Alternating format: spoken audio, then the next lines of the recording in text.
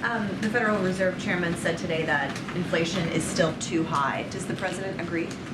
Look, the president has always said that he's going to do everything that he can to make sure that we work every day to lower cost. He has always said when it comes to his economic plan, the number one thing that he wants to do is lower costs for Americans, and that's why the Inflation Reduction Act is so important. Lowering costs for health care, lowering energy costs. So he's always going to continue to work and take actions to make sure that we're doing that as much as we can in different ways. And you've seen the policies that he's put forward to deal with that. So look, one of the things that Jerome Powell did say about inflation, goods inflation's been coming down now for 6 months.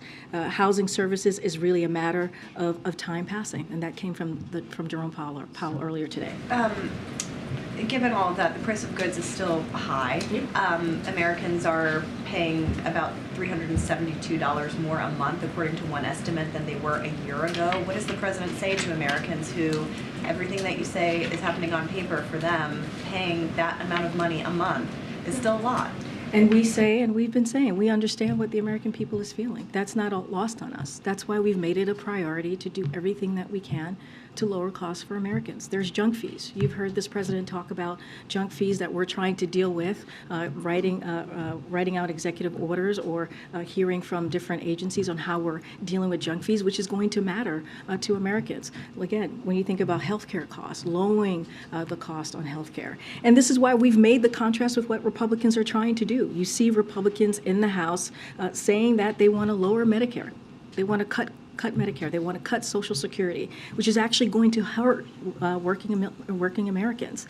And so we're going to call that out and protect what taxpayers pay into. They want to repeal Inflation Reduction Act, which, by the way, which add to the deficit and also increase costs on health care for Americans. So we're going to continue to do the work.